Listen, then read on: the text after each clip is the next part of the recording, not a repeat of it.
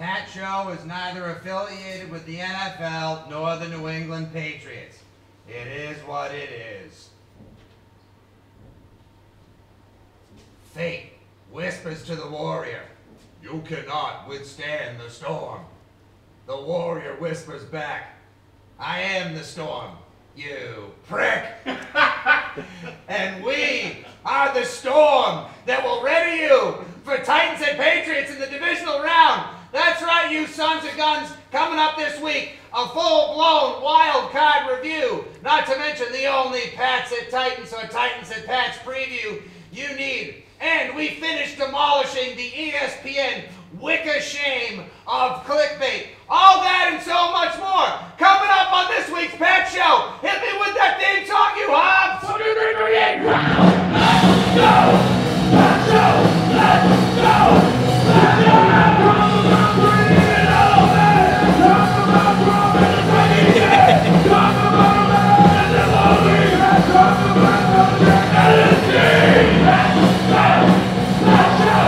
Let's go! Pat Show! Let's go! Pat Show!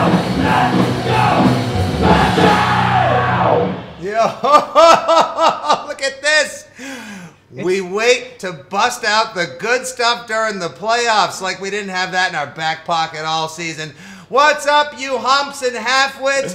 Good day, good morning, good afternoon, and good night. I hope you are feeling all right. On behalf of me, myself, and Irene, Nick Fitzy Stevens, and of course the Minister of Pat's Propaganda, Mike Dussault, it is time for Pat Show. Yeah! Foxborough freaks, football geeks, gridiron freaks in the world alike. We are so stoked for this week's show. Man, this is it, buddy. Playoffs. Playoffs. We knew the show was coming, but at the same time, we take nothing for granted. I mean, look, in New England, like the Patriots tweeted out that awesome viral video the other day, getting everyone ready for the playoffs, and they're like, in New England, there are 4 seasons. What is it like? Preseason, regular season, and of course, the most important one of all, postseason. And this is my most favorite of all the seasons in New England, buddy. Yeah. And now that things have lined up the way they have, the way that the games went, the way things are looking now, and the fact that, like, gee whiz, such a pedestrian 13-3 season that was lacking the panache, the sizzle, the flair, the 15 pieces of flair to help sell it and get everyone stoked, pumped, jacked, and ready. Now we get the world's biggest piece of full-blown clickbait. And, oh, God, don't they understand that hate, nonsense, and fake news are the raw materials that at the Patriots refinery get turned into football fuel come this time of year? Anyway, and you have to thank the New England media, too, because I feel like the article itself, it wasn't all, like, I don't know. I mean, it was, there were definitely issues, and we can get into all that later, but the way that the Boston media just spins it, and you pop on the radio this morning, and all these theories are coming now, where everybody's got their own take on it, and so they take what Seth Wickersham wrote, and they just increase it to the nth degree, and it's maddening. You want to just enjoy the playoffs, but hey, we're used to this now over the last few years. It's playoffs. There's a little controversy on the side that we're gonna have to ignore the noise, right, and let's just steamroll the Titans. I'm telling you, man, time and postseason football in Foxborough, they're flat circles, dude. It's unbelievable. By the way, ESPN, I don't even know what kind of writer I necessarily think this guy is, but literally, you have the word sham in the guy's last name, and you assign him to a fake news-filled football article about dynasty dysfunction with Belichick, Brady, and Kraft. And wicker. I mean, it's like the worst furniture you can get, right? Right. Like, your patio furniture, wicker patio. Wicker and sham, right? Exactly. It's like In New England, we hate patio. wicker. The wicker man. Yeah, and it's a full-blown wicker shame that anyone had to waste their time on that. This past week, Belichick provided all the answers that he needed to. All right, well, we'll get to that when we give you guys a full-blown hot takedown of the wicker sham, later on in the hot takedown. But right now, why don't we take a look back at what went down wild card weekend as we get you ready for Titans at Patriots in the divisional round. Wow, is that a 13-year throwback? Well, I believe so. I believe so. Wow. With the Jax Abbey post game. Everybody loves beer. So when you reach for some, why not grab some Jax Abbey today? Yep, this is we were actually just enjoying a little liquid preparation a couple hours ago ourselves. Why are they empty? Why would they be full? Good point. I don't need anything to be full. The only thing that's full is ESPN, and they're full of shit. All right, so let's take a look back at Wild Card Weekend. I had the privilege, the joy, the schadenfreude of actually watching the first game, which may have been the most entertaining of the games. Yeah. In New York City, it was back down hanging out with some buddies, and I was at a bar that was full of Chiefs fans. Both like all the nouveau ones with the pop collars, the jerseys with the tags on them, bunch of kids that looked like they were like members of Vampire Weekend pretending they were Chiefs fans, and then all of like my diehard and the like just like bad the broken Chiefs nation, the Chiefs kingdom. And when they went up 14-0, I was like, you and I were worried for different reasons. I was thinking, why am I going to keep watching this game? Like, I'm only in New York City for a day and a half. Maybe I should do something more interesting. But also just like, oh no, the Chiefs look great. And my buddy, one of my best buddies, who's a diehard Chiefs fan, he was like, wait, just wait. They'll find a way to F this up. I've watched enough Chiefs football. I was like, yeah, I have too. Like when you guys steamrolled us, he's like, no, just wait. Yeah. And then it goes to 21-3 at the half, which led Mike, the maker of the world's greatest meme in history, the 28-3 meme, to deliver us. I'm not sure if you guys have. Do you guys have the? Is that Chiefs Tennessee meme possibly available right now? We'll get to it later and tweet it. We tweeted it. It's on the Facebook. Yeah, it's on our Facebook right now. If you guys are watching the show, it's on our Facebook. It's on the Fitzy Twitter feed. Mike made an awesome new troll-tastic meme for the Tennessee Chiefs game. We'll get to that in a second. But 21-3, it's like, this game's over. Yeah. It's over. Yeah. Why are we watching it? Stop the fight. It's over. Ooh. I mean, Kelsey looked great. Maybe that was the key to why the Chiefs fell apart, because Travis Kelsey went out and so went their offense. And then slowly but surely, Tennessee just oddly picked and pawed their way back into this game. And if somebody said to me before the game, like, you're going to see a play in this game that you may never see again, someone's going to throw a touchdown to themselves, I would have grabbed a hamburger helper-sized white glove, slapped him in the face, and said, stop wasting my time.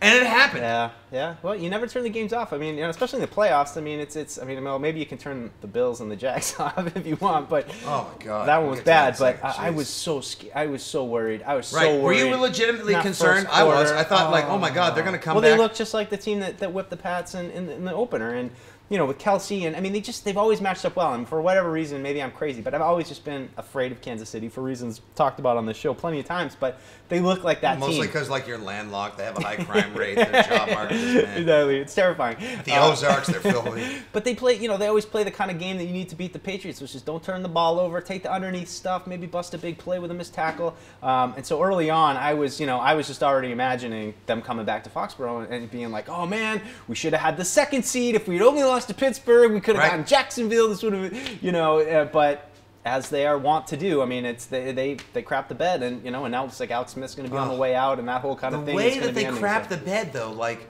they didn't even score in the second half. Nothing. Like the way the Kansas City fans were also teased too, with like later in the game, after Tennessee goes up 22-21, and they go for the 2-point conversion, and it looks like Derek Johnson has the ball and he returns it, so Kansas City should win 23-22. And Sean McDonough's voice cracks when he calls the play. Yeah. You got your final McDonough Gruden broadcast, the Monday Night Football team doing their thing. Like, the drama was high, the stakes were set, the entertainment value was through the roof. But I just cannot believe that Andy Reid found a way to out Andy Reid himself. He couldn't squeeze 3 points out of Tennessee's defense. Look, I understand they had the 31st ranked defense against the tight end, which, gives us just a little confidence heading into Saturday night. We got a decent...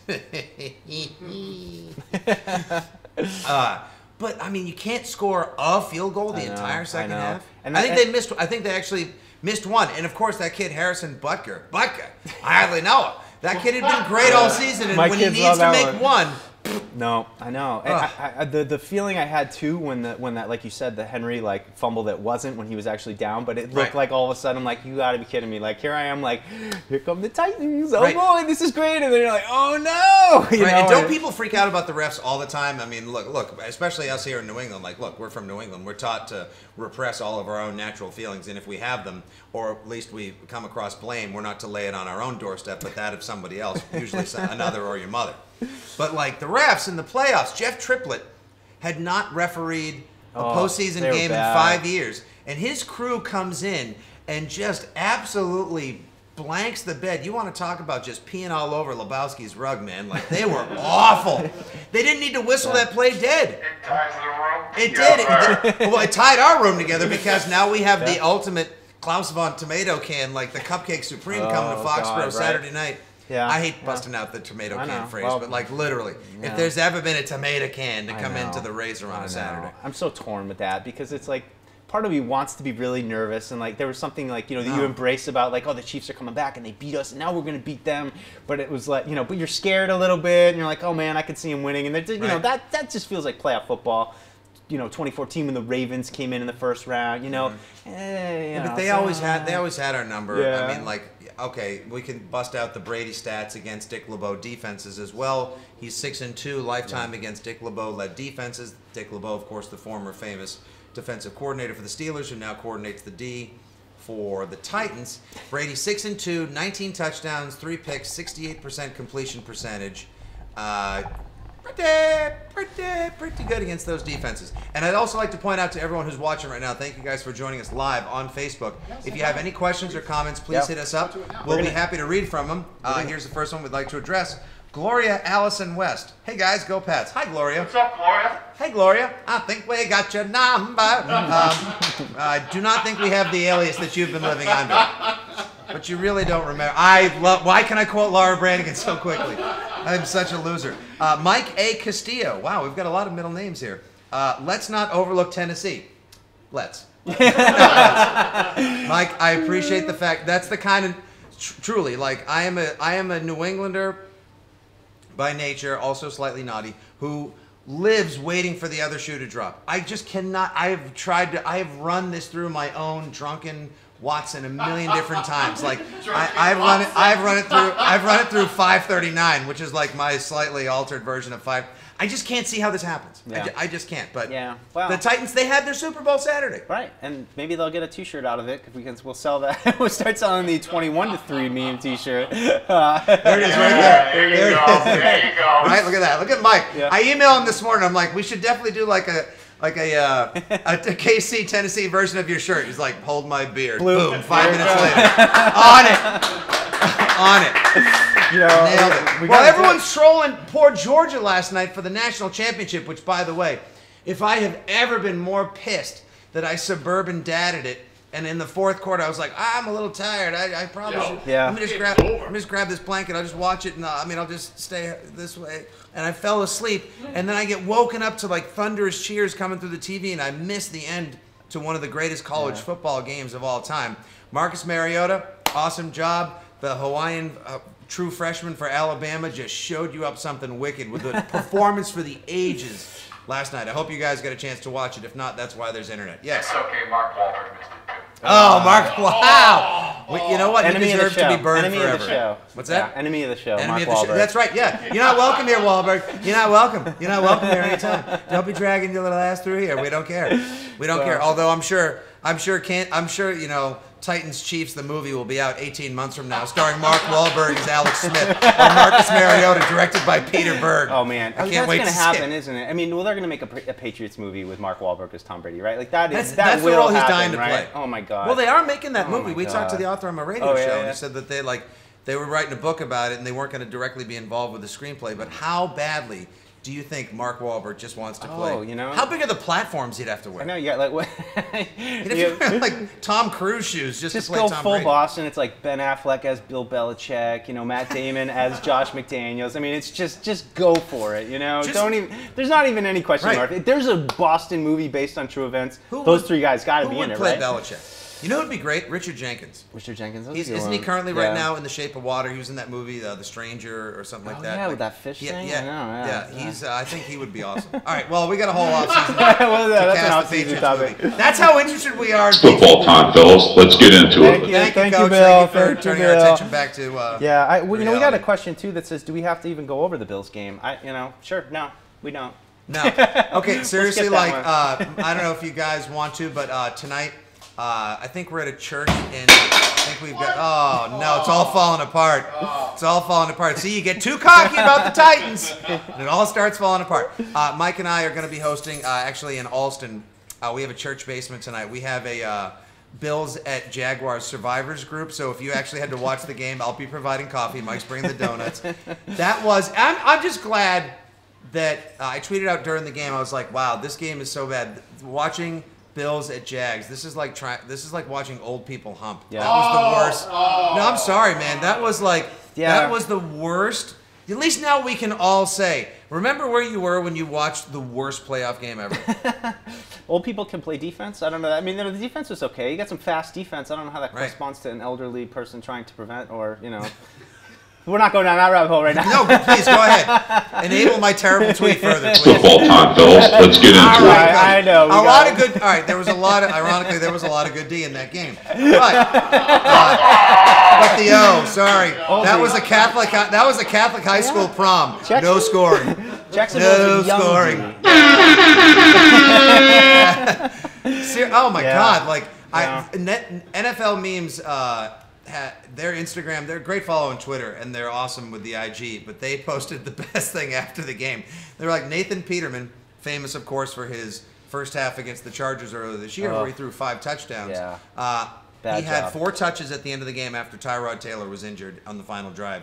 And in those 4 plays, Peterman was able to get an intentional grounding, fumble the ball, get sacked, and throw an interception. Not good. That is amazing. And they're like, sorry, with all respect, it was a quad. It's a quadfecta, man. It was the superfecta. I mean, and their NFL memes like, with all respect to Tom Brady, Peterman is GOAT. I don't disagree. He is the greatest of all time at he's the best at being the worst, like us. I'm just glad that Jacksonville won the game, because I feel like at least they have a young defense, and obviously Pittsburgh often plays down to the competition. So hopefully Jacksonville gives them some problems, and that's an entertaining game. Because I do like watching. It's like all those high round draft picks that they've put on that defense are finally all healthy and starting to play. So it'll be interesting. Calais Campbell really good, and Jaguars defense is excellent. Let's get to that in a sec. Some more comments we have right here. Justin Shaw said, "Hey, how about Timothy Oliphant as Tom Brady? Wahlberg could play Amendola in his dreams. No one messes with the Dola. Okay." Greg Donahue, worst game ever. He wanted that read in the Simpsons comic book guy voice. And Justin Shaw, sadly, he just passed away. Bill Paxton would have killed it as Bill Belichick. Casey Lamarca, Bryan Cranston as the hoodie. Done. That was a solid good call. That's good. I can Who's see Gronk? That was another question. Who was Gronk? Who is Gronk? Tough. I don't know. Yeah, that's a good call. Somebody again, big and goofy. Great for the offseason. We should probably again. We'll cast it. We'll do a table read here. Right. That's great. Get it all together. Okay, so the Saturday night game was Rams hosting the Falcons. I predicted that the Falcons would be the big upset of the weekend. I was right. Tell your sister you were right. Always got to go Jedi, right? They were in control of that game right from the get-go. And it wasn't special teams fumbles. The Rams just hadn't been there before, so they just made a lot of the mistakes. Look, I still think McVay is going to be coach of the year. There is promise and potential galore. It'll be much more fun to watch the Rams when they have their shiny new stadium as well. But I totally could have seen the playoff experience coming for the Falcons versus the inexperience, or not, shall we say, no win experience for the Rams. Yeah. They were up. The Falcons were up 13-0 before you knew it, and they got away with a couple of holds, maybe, and a couple of penalties late in the game. But Falcons might be coming together this time based around their defense more than their offense. At the right time, I think they might be making a play for the NFC title. But they just got They got a lot of talented guys. I mean, maybe they didn't have the same regular season they had last year. They didn't light it up like they did. But I mean, anytime you have good quarterback and Julio Jones, and it's like we always say, it's a one-game situation. You've got talent. You've got guys who can move the ball. All right, I have to read this. Sorry. Funny comment. This person, you know what? Oh my God. Rob Holloman, you deserve a T-shirt. Tilda Swinton as Roger Goodell. You know what? Message us, Rob. We're gonna send. That's the casting win of Patriots. Send us your address, Rob. You got DM us your address. Send us a message. And your T-shirt size. You got a nice Patshow. Yeah, and if I got something at the house that fits you, unless you're a XXX, in which case, we'll lose some weight. Jesus, that was amazing. Wow. That's a good one. This is going to be a recurring theme throughout this show. People just popping up with casting choices. Swinton is good at Oh, she's all mean and British. I mean, it'd be she'll perfect. win. She'll be so good. Oh, it'd be perfect. She's good in everything. She's so weird. Oh, I love her to pieces. That was a fun game. It was fun to watch. I mean, I just love the playoffs. Wild card weekend for Patriots fans. And here's another thing that makes everyone hate us, but sorry, hate us, is that wild card weekend is like we're scouting opponents for the next weekend, and also it's bonus ball for us. Yeah, we just get like chilling. a weekend to be emotional, to be like emotion free. Yeah. And I think the only real anxiety that we had was was that first half when we were like, oh no, they're going to come back, they're going to do it again. Like I see the bunch formation. When Casey would do the bunch formation with Tyreek Hill, and I hear like the Kill Bill music, like when the bride would go in the red zone, like, I got triggered. You just see like Tyreek Hill running like a crosser, and you're like trying to imagine a Landon Roberts like trying to catch Tyreek Hill running across the field. That's not so. Happen. Thank you, Tennessee, and we will now thank the Titans by welcoming them to cleaning their clock, a 40-point ass whooping. Bash of the Titans. What? Look at T-shirt? you. Oh, thank you. A high five. T-shirt. Wow. All right. Hashtag Bash of the Titans. We're going to go with that. Man, we are going to look like such dicks when the Titans pull off the upset. I know, right? They are currently Mike Malaki is currently watching, and he is streaming this in his locker room. Like, they don't respect us. Yeah, I know. Can we be locker room material? They're like the Titans are just put on Patshow in their locker room. And they're like, look at these idiots. Look at these two mass clowns. These two. This is what they think of our football team. Just congratulating themselves on having a Facebook Live show about the football team. Here's your bulletin board material, and they're like, "Yeah, no, you're not going to be coaching us next year." All right, so we move on to Sunday. Yeah. The Jags Bills. Yeah. Woof, 10-3. But watch the Jags, who, interestingly enough, I think the last team. It's either the last team to win a regular season game against someone and then go to their house in the postseason and beat them was in 2007. I think the Jags actually beat the Steelers in the regular season and then beat them in the wild card round as well. And then, of course, they came in. That was the Brady 26-28 game. Yeah. So now the Jags, who pulled off the 39 win earlier this year at Heinz Field, Roethlisberger had 5 picks. Fournette had himself a day. Slightly different defense now for the Steelers, but still no Shazier. Yeah. I just can't see Bortles, a.k.a. Dollar Dreams Ben Roethlisberger. He's a double threat. He's a double threat now. You run, it was a nice pass on 4th and goal to the backup tight end. That nice little Brady fake post. Sure. Very Patriots-looking touchdown they ran right there. I just got to say this, though. I think you get Ty Burrell all the time if you were going to be in the movie, which would be... Am I Gostkowski? Ty Burrell. No, just you'd be Fitzy. You'd be as fit. Ty Burrell playing Fitzy playing you. The one I always used to get, and I actually played this in a short film. I played Rick Schroeder's stand-in in a short film a long time ago. You did? Not Rick Schroeder himself, but I was Rick Schroeder's stand-in, and that was like my claim to fame. Was that? And Mike Dussault as Rick Schroeder's stand-in. It was it's a short film. One of my favorite TV shows of all time is Police Squad. I thought you were going to say Silver Spoons. Oh, Silver Spoons. Oh, the Ricker? Yeah. Silver Spoons is the reason why I grew up always wanting like an arcade and a train through running your through house. my living room. Yeah. Aaron Gray. I was going to say, I totally wanted my dad to divorce my mom, not only so they would stop arguing all the time, but so that maybe he could marry Aaron Gray or at least find the towny South Shore of Boston equivalent of her. But one of my favorite shows of all time is Police Squad, which The Naked Gun was based on. I just listened to an awesome podcast last week where Gilbert Gottfried interviewed David Zucker from the creation team, and they talked about what a seminal, influential show that was, and their favorite bit was at the end of the opening credits of Police Squad, they would always introduce a special guest and then kill them. So they would have Anne Florence Nightingale as the mom, and she turns around to pull a cake from the oven, and then she just gets oozy in the kitchen for no reason. And that's what we would have to. I want to be the guy who gets killed for no reason in the kitchen. Right? Let's just completely take everyone out. We're producing a full movie here today. Yeah. It's amazing. David, I do have Ty Burrell's eyebrows. I also wish I had his paycheck. But I do have his eyebrows. Yes. You got Patshow. You're doing fine. Yeah, right. I'm getting all these Facebook dollars. What are you kidding? Football time, fellas. Let's get into it. So, the Jags. I don't think they put up the same threat. Yeah. I think Yeah. I don't see Pittsburgh hanging a Yinsberger or a 30-burger on the Jags. That defense, like you said. Calais Campbell had an incredible. He was always good with the cards, but the kid had an incredible year. They got the best 1-2 punch at cornerback in the league by far. Got great linebackers. Yeah. Give him a hard time. Give him a hard time, Jags. Go for it. I'm all for it. And their line is ridiculous. Malik Jackson, Darius Hayward. No, excuse me. Malik Jackson, Marcel Darius, and Calais Campbell. That is it's an insane front. I don't think you've probably seen as good a front like that since either the 2003 Panthers or the 2007 Giants. They're not that same team, though. They're not the same It's team. 2017. Let's get into it. Exactly. And then the 4 o'clock game Sunday. Unfortunately, I didn't get to watch. I didn't either. I got you didn't either? I got I heard that was a preempted great by the game. wife for a little Yep. of the arrivals, and then she's Yeah. very excited for Ewan McGregor. She's a big fan. Wait, hold on a second. Big fan. You got preempted. You couldn't even watch. You co-host a football Facebook show, and you couldn't even watch it It because wasn't a a Ewan Patriot McGregor show. movie preempted you. No, it's Turn the Golden in your Globes. fan card. Turn in your fan card now, sir. It's the Golden Globes, all right. Which my wife, she refers to it as her Super Bowl because she very much likes it. So It's a low-stakes Super Bowl. and her fave, Ewan McGregor, who I tell my kids might be their new dad someday, but it's Right. Obi-Wan Kenobi, so who am I to say no?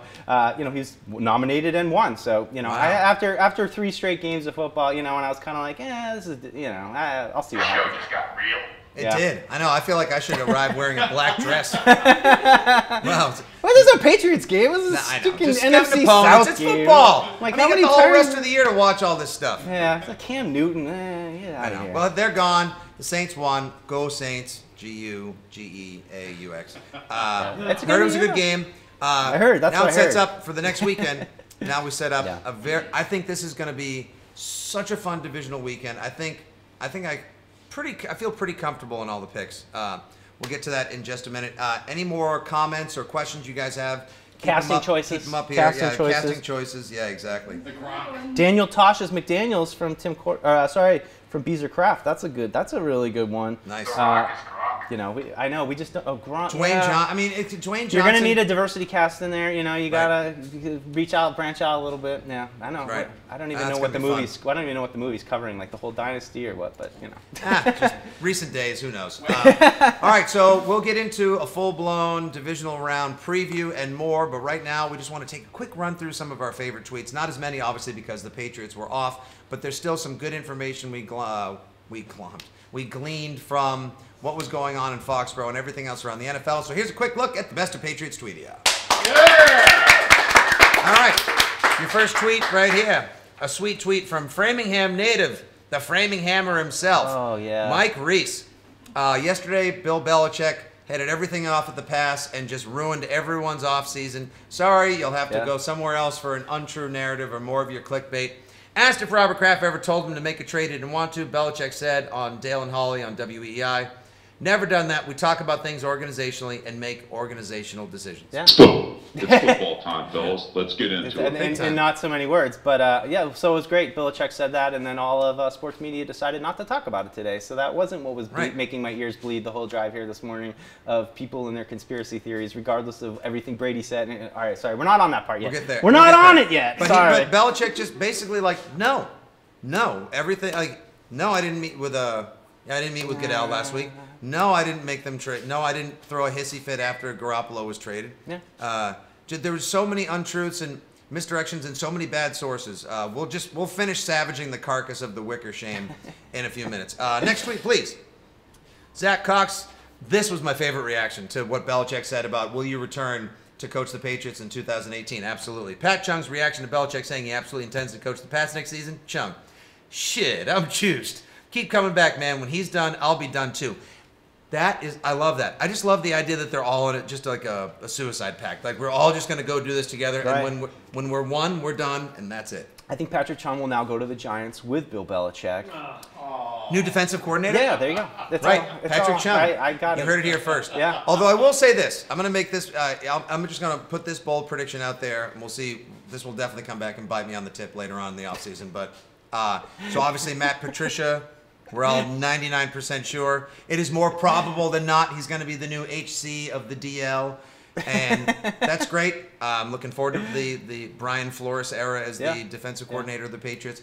But when Patricia goes to the Lions, right? You heard it here first. Huge bid, overpay, bring Malcolm Butler to Detroit. Yeah. Right? I know. Well, I've had such an up and down season, just like Malcolm Butler has. My feelings towards Malcolm Butler have been so up and down this season. It would be interesting. I mean, I'm so curious to see how Patricia does in Detroit because, and I've been talking about this a lot. It's just I don't know where he starts and Belichick ends. Like, I don't know who Matt Patricia really, really, truly is. Like, is he going to go to Detroit and they're going to be like, wow, we give up more yards than anybody, but nobody scores on us? Like, does that translate to Detroit? Is he able to instill like this amoeba defense where each week they've got a new game plan based on Matt Patricia? Like, I just don't know. Like, I wish him the best, and I hope he's successful. But I'm so curious to see how everyone's it unfolds. high on him, and Belichick said one of his concerns are not the ESPN article now. His concerns are not the perceptions of the national media, the local media, or football fans, especially Pat's haters, on what they think the inner workings of Foxborough are. His concerns now are obviously he's officially already said we're on to Tennessee, so we're on to Tennessee. And B, he said he was concerned about losing Patricia. So he appreciates the continuity. These guys have been there. They're head coaches already, basically. Yeah, well, Patricia's been there since 2004. I mean, he's been the linebackers coach, the safeties coach. He's called basically the plays since Dean Pease left in 2009. He didn't officially get the title till 2012. And he also had some time on the offensive side of the ball. So, I mean, obviously smart. I heard he's a rocket scientist. Is that true? Right. That's why yesterday it was tweeted out, like, we heard the Lions have their new head coach. I was like, well, it wouldn't take a rocket scientist to figure out who it is, would it, everyone? Yeah. I'm excited, though. I'm excited just to see somebody new and just to kind of see how it kind of affects the defense a little bit. Not that I'm kicking them out the door or anything, but, I just give Brian Flores a chance. The ultimate tell as to how much longer Belichick will coach the Patriots will be if McDaniels stays or goes. Yeah. I think that'll be another nice little tipping point. Yeah. Next, our pal Jeff Howe. This is where I got those stats. Jeff Howe. Friend of the show. Friend of show. Always with great first scoops, great perspective, great pieces, and great stats as well. This is where I got the information about how Brady does against LeBeau. Pretty good. So I'm kind of excited about that. Also, if you want to give a quick read, Jeff Howe has a great piece at BostonHerald.com now about how excited Trey Flowers is for this postseason and how he wants to show that not only was it not a fluke what he did last postseason, but he wants to improve upon what he did. And his Super Bowl last year, the 2.5 sacks, crushing Matt Ryan's soul. Huge play. Huge play. I think he's going to be an animal Saturday night. I hope so. He also, Jeff Howe, not to keep plugging Jeff Howe pieces, but he also had a great one on our friend Patrick Chung as well, and just what he means to the defense, how versatile he is. You look at Delaney Walker coming in with Tennessee, who's kind of the weapon. Top 5 tight end. And, we just double him and take him out. It's like, just let Chung, Chung just man him the whole game, probably take him out of the game, and, then they're in trouble. So. No, but Eric Decker's coming back, and he gives Malcolm Butler fits. I know. Drop skis. Keep those drops coming. One big catch. Eric Decker. He did have one big catch. Yeah. Okay, next tweet. So, this is what is the Patriot of the Week award? Explain that to me. I don't know. That's what we're all trying to figure out. What the Patriot. My favorite though is actually here the bottom tweet. Because it's like all this talk about Alex Guerrero and there's just so much of it this week, and you just would think the way that the Boston media guys attack it that. Oh, everybody knows who Alex Guerrero is. It's like a talking point in the locker room. Do you like, and then they asked Trey Flowers about him. He's like, who's that? Just totally undercutting all this like perceived drama that on the outside we're making it out to be this soap opera. And meanwhile, Trey Flowers is just in there doing his thing, working out with the trainer like he usually does. We don't know who Alex Guerrero is. Of course he does, but that's funny. They see everyone's picking up a very Belichick sense of humor. This is a good one. George Larish II. I come from a long line of Larishes. Thank you very much. Why isn't there a rule? Good, George. Yeah, come on. We've got a curious George here. I hate me too. I'm sorry, George. Ow. Why isn't there a rule that prohibits coordinators from interviewing with other teams until the season's actually over? Despite what they say, it's a huge distraction to the task at hand. Yeah. Do you think it is? I mean, they obviously had to prep for their phone calls and the teams coming into Foxborough last Friday. Yeah. It's a meeting. It's a meeting. They come in, they talk to you for a couple hours. I mean, do you think that Matt Patricia is sitting there just, watching Detroit Lions film, pondering what he's going to do? I mean, I think the Patriots have a long track record, especially 2004 when both coordinators had already accepted other jobs. I mean, and Belichick was okay with it. So, that they're demanding within the building of focusing on the Titans. And, there's so much other noise as well that they have to ignore. This is just another small piece of it. Right. It's a few more weeks. They'll be okay. I don't think it's that big a distraction. I mean, if it was like wild card week or something, then your team gets eliminated, and then your OC becomes the head coach of the Bears, which happened for Kansas City. Next that's day. That's necessarily a promotion. But we'll see about that. All right, and our final piece of Tweedia. This did anything get you. I have not had a Brady boner this size in a long time. Oh man, talk just about saying something. Football rock solid. Just there is a Pats party in my pants right now. Tom Brady puts this on IG yesterday. Fate whispers to the Warrior, "You cannot withstand the storm." The Warrior whispers back, "I am the storm." No, seriously. Yeah. Where's your laptop going, Nick? Seriously, man. Like, I want to be the storm. Am I the storm? Can I be the storm? That's what I'm stuck with. I know. Now we're all. Damn it, Brady! You got me all fired up. Like, I am the storm. Yeah. I am the storm. I am the storm. Well, I mean, they issued their joint statement last week after the thing. Robert Kraft has the Patriots Central and PR issued the joint statement saying, like, there's a lot of broad accusations and mistruths and blah, and it ends with "We stand united." So then now the Patriots. At first it was Blitz for 6, and then they said the hashtag for the postseason was hashtag not done. And then now the hashtag is "We stand united." But I want to go with "I am the storm," or is it "We are the storm"? I don't. Yeah. Wow, we have so many first world football problems. Like we don't know what hashtag to go with heading into a divisional round matchup. I'm lost. Hey, wait, what is? Is it not done this year? Or was that last year? I don't even know. I don't know. I just was tracked. It's so silly, like and it's like. And they register all of them too. I know. Right? I've probably committed so many copyright violations. Like, T-shirts broke forever. But I'm going with "I am the storm." Oh yeah, that's my jam. Like, maybe it's just still not done. No, really, still not done. Never done. Yeah, we know. We're kind of over it too. Very existential. But we're going to try to win the Super Bowl again this year. That's a long. Beezer Kraft, "I am the storm" equals Pats by 1,000. Bomb Cyclone Tom, Demetrius Clark, thank you. Thank you, Rose C. "I am the storm." Yeah, everyone is super, super, super happy about this. This is here you go. Yeah. Great thing. Yeah. And then this one just came at the last minute. Sorry, Georgia. Our pal Jay, Patriots SB 49.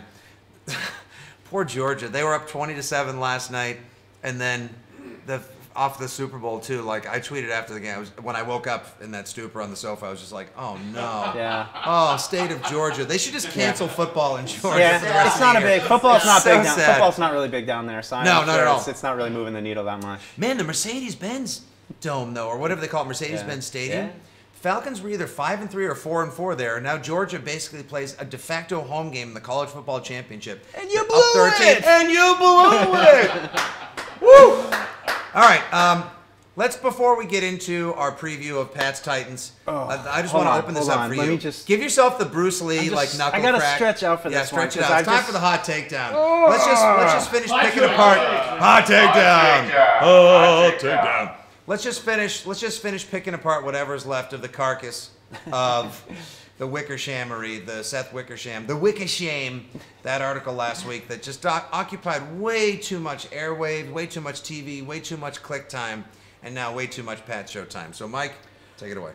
So, there was an article this week on ESPN, as you might have heard. All right, everybody kind of knows already, and we don't need to rehash everything that was written in it, because really we've been hearing a lot of this. I mean, there was such build-up the night before, right, where they say, "Oh, this article, and it's gonna be a bombshell." That was the word they kept using, a bombshell. Was there anything a bombshell about this? We've been hearing that there was Alex Guerrero drama the whole season long, which coming from Belichick, where he has a very small staff. He likes to have everything kind of come through him. You can understand some of that drama that might exist within the locker room of you got this other guy giving other advice to them, all that kind of stuff. That's fine. They can always work through that stuff. That's not a bombshell to me. It's just a professional franchise with hundreds of employees that you have to try to manage. So just a couple of things that I want to bring up. The first one is that did Robert Kraft order the code red? That's like the big one to me, because that that speaks to the Belichick getting pissed about everything. Belichick's mad. Belichick's going to go to the Giants. If you go back to remember in 1996, we go back to the great Bill Parcells, and we had Robert Kraft go, and the whole thing with Terry Glenn, and saying you got to draft this guy, and that started. But he was out the door a year before. The whole thing, a whole year, well before. Like as Jerry Thornton put in his book, From Darkness to Dynasty, the whole story is that basically Belichick was so pissed off at the Terry Glenn thing that he, like the phone records showed. Sorry, Parcells. Yeah. Parcells was so pissed at that. He was already talking. Yeah, he was already talking to the Jets all year. He was mentally checked out for the full year, and then boy, they had a hell of a season. And it makes you wonder, like, wow, if he was fully checked in, how good could that '96 Patriots team have been? But I can't see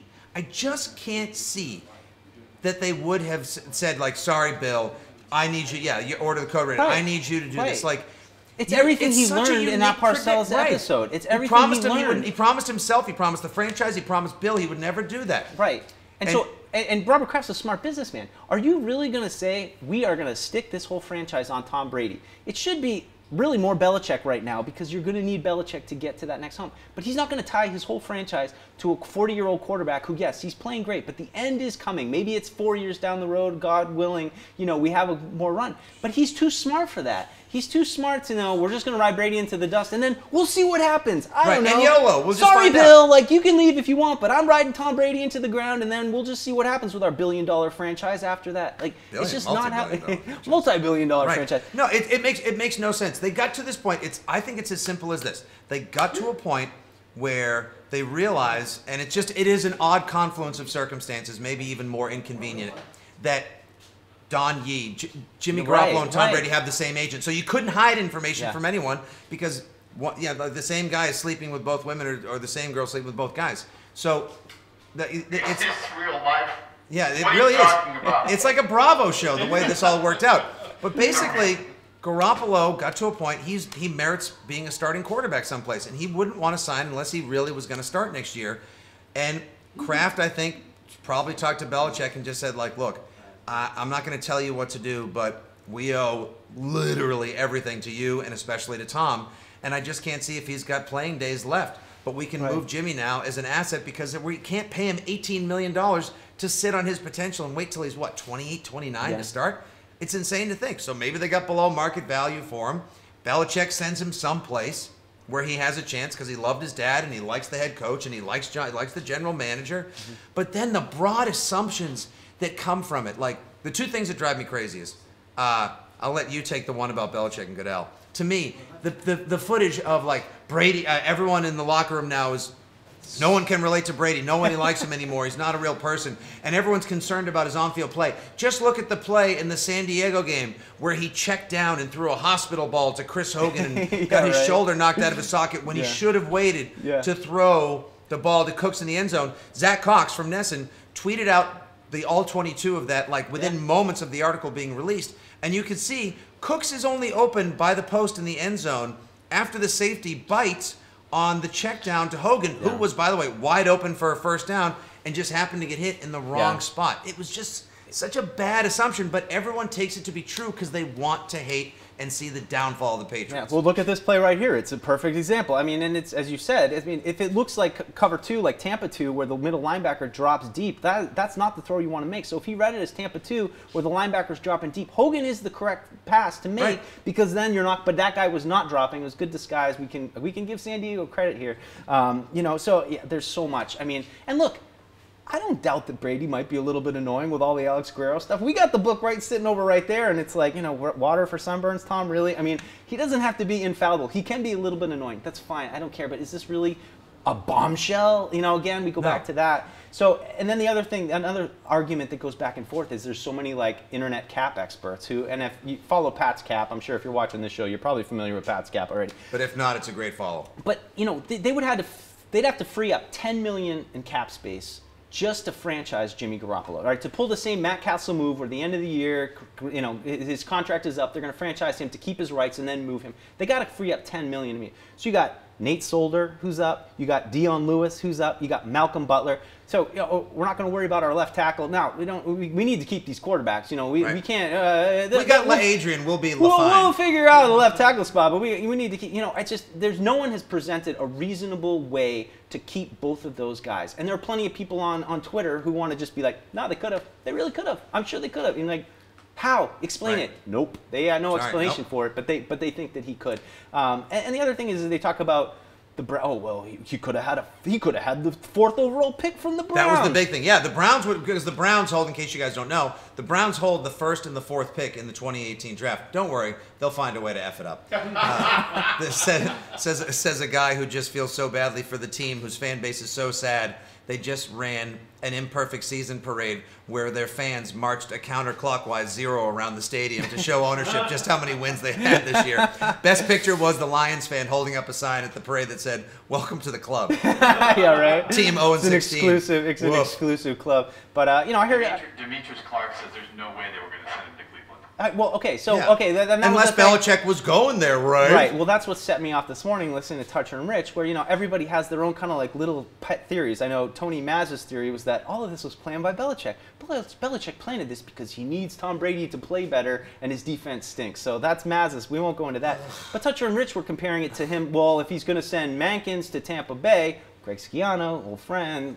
Or he's going to take Richard Seymour to Oakland. Oh, Belichick always loved Al Davis for whatever reason. Why wouldn't he do it to Cleveland? Well, maybe he doesn't want to give Cleveland one of the best quarterbacks in the league for the next 10 years. Jamie Collins, yeah, you can take him. I don't care. Or squander his potential by sending him someplace that is consistently mismanaged. All these things are so stupid and overthought. And then at the end of it all, too, there was, like I said earlier, there was the fact that, like it said, that Belichick had a secret meeting with Roger Goodell, and they'd made up, and now they're really good friends. Belichick said on the radio, like, no, the last time I saw Goodell was in Mexico City at Oakland. I saw him on the sidelines. I said hello. I've had no meeting with him. I don't know. So Belichick's either telling sources say they were spotted having coffee and a donut together. Right. Like Page Dix, Page 6, Page Clicks. I don't know. It's there's just so much stuff in it, and I'm sure Seth Wickersham's a perfectly fine person. He can obviously write. He can turn a phrase. He's witty with the word, but and I'm sure sources told him these things too, which sources can be wrong.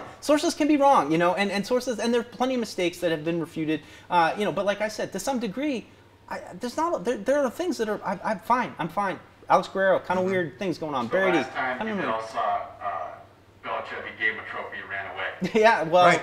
there Seriously. you go. But I mean, just a quick aside, like Roger Goodell, he's like just a figurehead. I don't know. I don't even see him as an actual person. People get so mad at Roger Goodell. I'm like, anybody who's in that job, you're gonna hate because that's his job. Right. That's the what the job owners to be pay hated. him. They pay him a ton of money so everyone can hate him instead of the owners who just sit back and count their money. Exactly. A big thanks go out to also my friend Uncle Buck, who fed me the idea. Thank you for reminding me that you fed me the idea last night to then feed the idea to Mike to do the scoreboard thing. And yes, if we end up making T-shirts from it, you'll get your commission. Okay? Are you happy about that? Yes. Beer's on me. All right. I gotta say, you'll get your $1 a shirt. All right.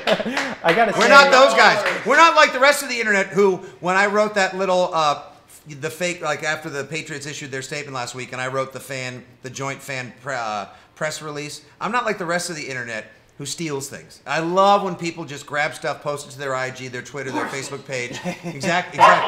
Yeah, but well, and then just like run with it.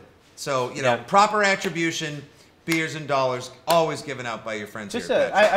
Just a quick shout out. We got over 100 live viewers right now, which is really that's awesome. And we just want to thank all you guys for tuning in. I mean, we're fans first and foremost. We do this for you guys. We try to give some reasonable. We're fans, but we can be critical in right spots and not just be like they're great. Nobody's tuning in. Well, they are great. Oh wait, they are great. But great. You guys know both of our takes, so thank you to everybody. I mean, this is 20 episodes, which is crazy. Right. I mean, that's like a full season. Thanks to the guys here at Media Boss who do an amazing job making all this stuff. Yeah, they get the big applause. But so we have a tiny. I don't know if you guys know this. We have actually stolen and we keep a tiny Tecmo Bowl crowd here underneath lock and key, and we open up the hatch door and you just hear them cheering every now and again. But it's awesome, and thank you to everybody. We love doing this, and we're hopeful we can keep going. And how are we going to keep going? By the Patriots furthering the cause and winning division weekend. So let's get into a quick division round preview. Okay, the first game Saturday, 4:30. You have Falcons. The Atlanta Falcons travel to Lincoln Financial Field to take on Napoleon Dynamite and the Philadelphia Eagles. Falcons, you know this? Opened at a 2.5-point favorite after they went to Los Angeles and dismantled the Rams, and the Eagles still have Napoleon Dynamite at quarterback. I got the Falcons. I hate to say it, unless somehow Philadelphia's defense steps up, and that's a good defense as well, I can see them trying to manage Foles and employ a little Ajayi and a little LeGarrette Blount, something about the Falcons. I agree. They're ticketed for Minnesota. Yeah. I see Minnesota winning, and I see I possibly see the Falcons going back out of the blue to the Super Bowl. Yeah, I just think like Philadelphia with Foles is the only team that I can't really see them making it. But I don't know. The Falcons, they just have that good feel right now where, they had so much noise. People were making T-shirts and throwing memes in their face all season long. But did they get a year? Did they get trolled for a year about what happened in the Super Bowl? I mean, they continue. No, but they got that linebacker 45, Deion Clark, is it, or Deion? Deion something. Deion something. Deion Jones, maybe, whatever. He's playing fantastic football. Yeah. And he was good. And he was the one who ripped the ball out of LeGarrette Blount's hand last year. He played great last year. Alfred's a solid cornerback, and they have Desmond Trufant back too. The so truth. Secondary. The truth. I don't know. That's what I call it. The truth shall set you free. So I see Atlanta winning that game. I like Atlanta. Pretty handily, actually. Yeah, I like Atlanta a lot, and I think they're... Saturday night, the Titans at the Patriots. Oh, yeah, preseason. It is not going to be 0 degrees like it was in January of 2004. Icy. Yeah, it might be a little Could be icy, slushy. Yeah. We could have a little slush puppy. We could have that interesting. snowy, sleety, the snindy, whoa mix going on down there. Yeah. I mean, I think everybody wants to see just the Patriots explosion. Just the, we got your Seth Wickersham right here, that kind of thing. This is the time for the storm. So I try to work through it. I got to watch a little more Tennessee film. I didn't watch a lot of them this year, just to see how they should kind of attack them. Because I mean, we talked plenty about what the Patriots' weaknesses are and kind of their lack of athleticism, kind of at the second level, and maybe their run defense is a little suspect at times. But it's just it's hard. Isolate that it's hard. I know that's the problem. And it's just I don't know what they do, and I feel like they've got to pull some surprises out. They've got to just pull out the stops and be and just play fearless. But sometimes that backfires, turnovers. If you loved Marcus Mariota throwing a touchdown to himself against the Chiefs, wait till you see what he's got in store. He's going to this need week. 3 more of those, I think. Look, Derrick Henry. Solid. I don't know if DeMarco Murray will be healthy and be back in time to spell Derrick Henry, but Derrick Henry has waited for this chance to shine as a feature back, and he looks great. And Patriots' run defense has been suspect at times, but I think Alan Branch will be back, which will definitely shore things up. Malcolm Brown's been playing well. I think the top guys are playing. I mean, Guy and Brown are playing great. I mean, you just throw Branch in there rotationally. Right. I mean, it's the receivers for Tennessee. You got Corey Davis, who has not in any way, shape, or form blossomed in his rookie year. Rashard Matthews has been banged up.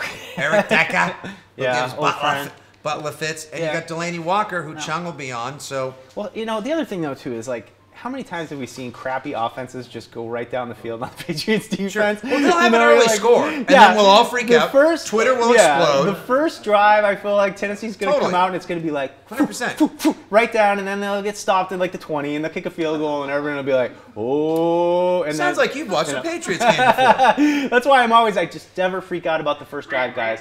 Read Matt's tweet. No, we got Matt's we got Matt. I love the show, but I have a feeling, I get the impression, a friend of a friend of a friend who may have overheard, there's tension between Mike and Fitzy. Well, I'm gonna go ahead and say that Nick was a little late this morning. I was supposed to be late, and then I wasn't late, and then he was late. So and then I stole my friend's idea for the Tennessee-Kansas City banner T-shirt. So you'll see me next week on Giant Show, off-season edition. I knew it! Oh, you son of a bitch! On offense for the Patriots, obviously Deion Lewis, most running back yards from scrimmage second half of the season. Gronk is healthy. Yeah. Tennessee's 31st in the NFL against defending the tight end. Yeah. Now, somebody was quick to point out, also talking to Belichick yesterday, as he said we're on to the Titans after he had to dismiss all the rumors of getting 50% ownership in the Giants. He was talking about the Tennessee defense, and I guess they only gave up like the second fewest 20-plus yard or more runs to running really backs. Going down. And then somebody else was like, they played Jacksonville twice, the Colts twice. They played the Texans. No one can throw that ball that far. Their schedule was a medical waste fire. It was nonsense. This is just a giant mismatch. Yeah, Malcolm Mitchell may or may not be activated. I just saw that Doug Kyde tweeted out before the show. Oh, yeah. Patriots can wait to activate Malcolm Mitchell off IR in the divisional round up to 4 hours before kickoff. Saturday at 4 o'clock is the deadline. If they don't, they can activate him by January 17th at 4 p.m. So maybe, I think they save him for the AFC Championship because I think they're going to make it. Hot take, spoiler. But if not, maybe they get him involved this week too. I think it would be great to get him some reps because our pal Logan Ryan, best cornerback that the Titans have. tackles well. Best tackling cornerback in football. But if this I could see Cooks having a big game this week. Yeah, I can see everybody having a big I know. game. I'm excited. I am.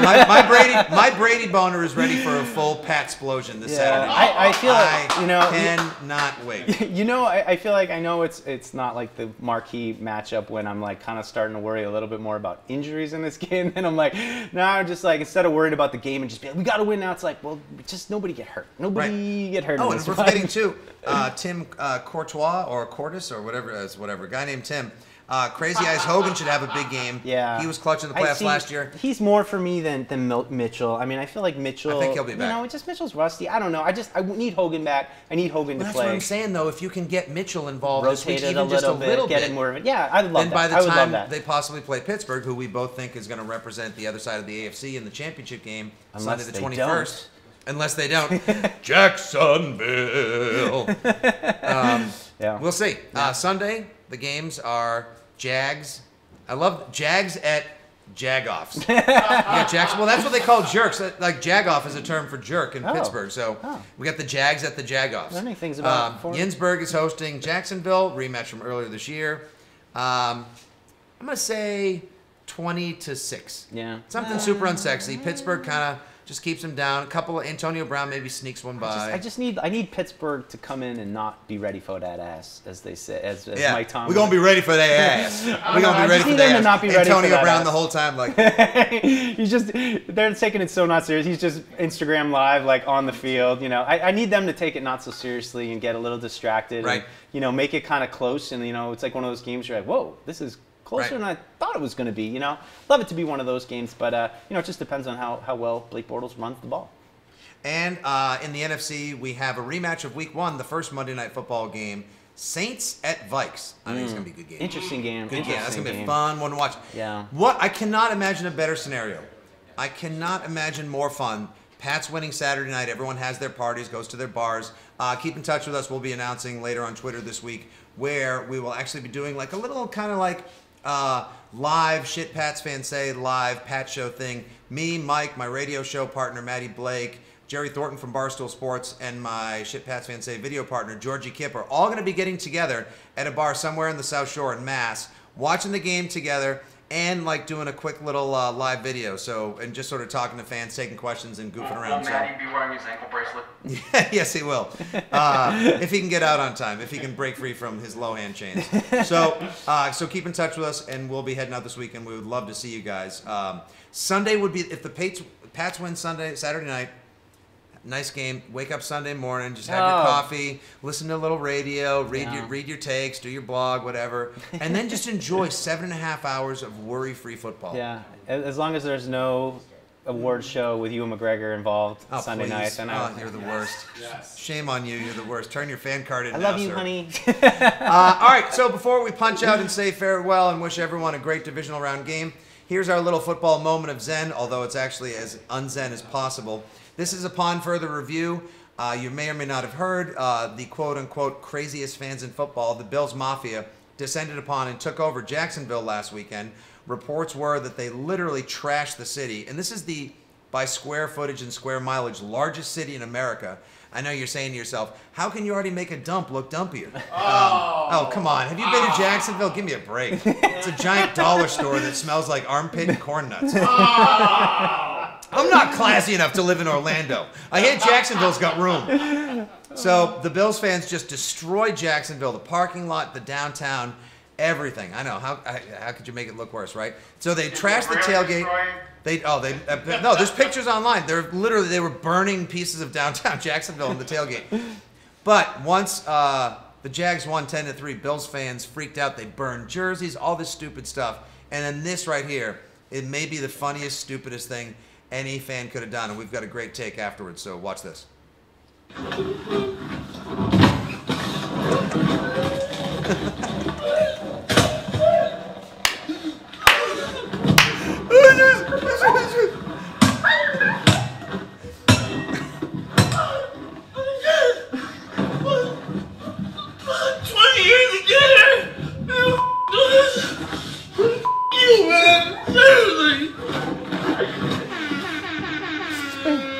I hate to say it. I'm not sure if his girlfriend was laughing or crying. Probably. Was that his girlfriend? I thought it was him. Oh. Well, somebody was filming. Someone was filming. Unless he had like a selfie drone that he set up by his door. Like anyone in Buffalo can afford a selfie drone. Sadly, Buffalo obviously will not be going to the Super Bowl, but you know who will be? Probably the name on the back of his jersey. Yeah, I mean, he should have done that with that jersey last year. Yeah, right? wearing a Gilmore jersey. Suspect. Right? You're suspect. You think that guy can? He sunk all of his money into a Gilmore. One thing for sure, this guy's never leaving. He's got to buy a new TV. Evan Gilmore's always gonna be with us. Yeah. Love you, man. That's my rule for jerseys, though. I only buy legend jerseys. Right. You know, guys that even if they left, Totally. you'd be like, well, I can still wear it. A buddy texted me right before Christmas and was like, right after Christmas, he's like, I'm in the area. He was in from LA. Like, I got to get my son a jersey. What jersey? He's like, I think I should get a Gronk. I was like, yeah, Gronk will always be a Patriot, but like, if your son doesn't have a Pats jersey yet, you got to get 12. Don't you get a gotta Malcolm Butler jersey. Don't invest in a Butler jersey. You heard it here first. A Bad Emosi jersey. He's always going to be great. It's an awesome name. All right, guys, that's it for Patshow this week, episode number 20. Enjoy Patriots at Why do I keep saying Patriots at Titans? I don't know. understand. You want a little more of a challenge. You want it to make it interesting. Enjoy the division round game. Hit us up on Twitter all week long at Pats Propaganda, at FitzyGFY. Thank you for enjoying the show. Thanks for watching, commenting. Please share with your friends. Tell them to come back. We'll have more next week, hopefully, with an AFC Championship preview. Fingers crossed. Going to be a great game. And as always, thank you, Media Boss. Thank you, everyone, for putting on their participants. And Thank you, Nick. Getting in on the party. Thank you, Mike. I enjoyed the show. hate each other. I enjoyed You myself. hate each other. Hashtag me too. I had fun. We'll have a watch party this week. Come join us for some cold suds and buzz. And until then, we are the Storm. Let's go, Pats. And talk to you next week. Let's go! Let's go! Let's go!